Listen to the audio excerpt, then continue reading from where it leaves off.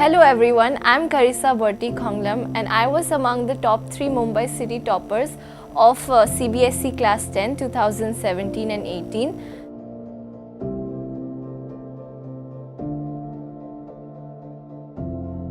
So the first thing is that one must not forget his or her admit card and stationery kits, pen, pencils and all the things that are required for the board exams.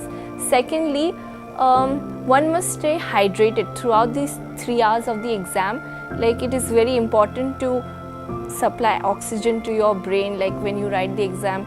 So it's like good to take water, have a sip again, like after half an hour, 1 hour of the exam. Thirdly, you must never skip your morning breakfast. It's really important to fill your stomach first and then retain that energy so that you can write the exams like without hunger or anything. And fourth thing, like I personally think that one must pray before going to the exam hall. Like it's important to pray because like prayer can help you overcome anxiety or like fear or nervousness before the exam. Fifth thing, when you enter the exam hall, one must carry with him or her his confidence and self-belief, because it is just one shot that we have to give the exam and it's done.